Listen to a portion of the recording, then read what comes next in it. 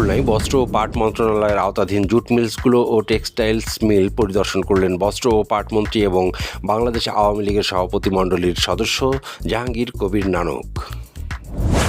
সাতক্ষীরার তালায় ধান বোঝাই ট্রাক উল্টে 2 শ্রমিক নিহত হয়েছেন। এ ঘটনায় আহত হয়েছেন 11 জন। 18 মে শনিবার সকালে খুলনা পাইকগাছা সড়কের হরিশচন্দ্রকাটি সর্দারবাড়ি বটতলা এলাকায় এই দুর্ঘটনা ঘটে।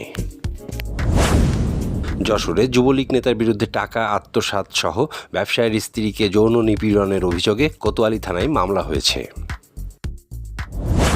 মোংলায় আচরণবিধি লঙ্ঘনের দায়ে 2 চেয়ারম্যান ও 1 ভাইস চেয়ারম্যান প্রার্থীকে জরিমানা করেছেন ভ্রাম্যমাণ আদালত। 18 মে শনিবার দুপুরে উপজেলা সহকারী কমিশনার ভূমি মোহাম্মদ তরিকুল ইসলাম এ জরিমানা করেন। হেফাজতে ইসলামের নেতা মাওলানা মামুনুল হক প্রায় 2.5 ঘন্টা অবস্থানের পর মহানগর গোয়েন্দা পুলিশের ডিবি কার্যালয় থেকে বেরিয়ে গেছেন।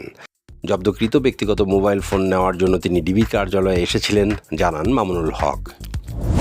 ফিলিস্তিনের সশস্ত্র গোষ্ঠী হামাসের সামরিক শাখা আল কাসমাস ব্রিগেড জানান তারা ইসরায়েলের বিরুদ্ধে দীর্ঘযুদ্ধের জন্য প্রস্তুত।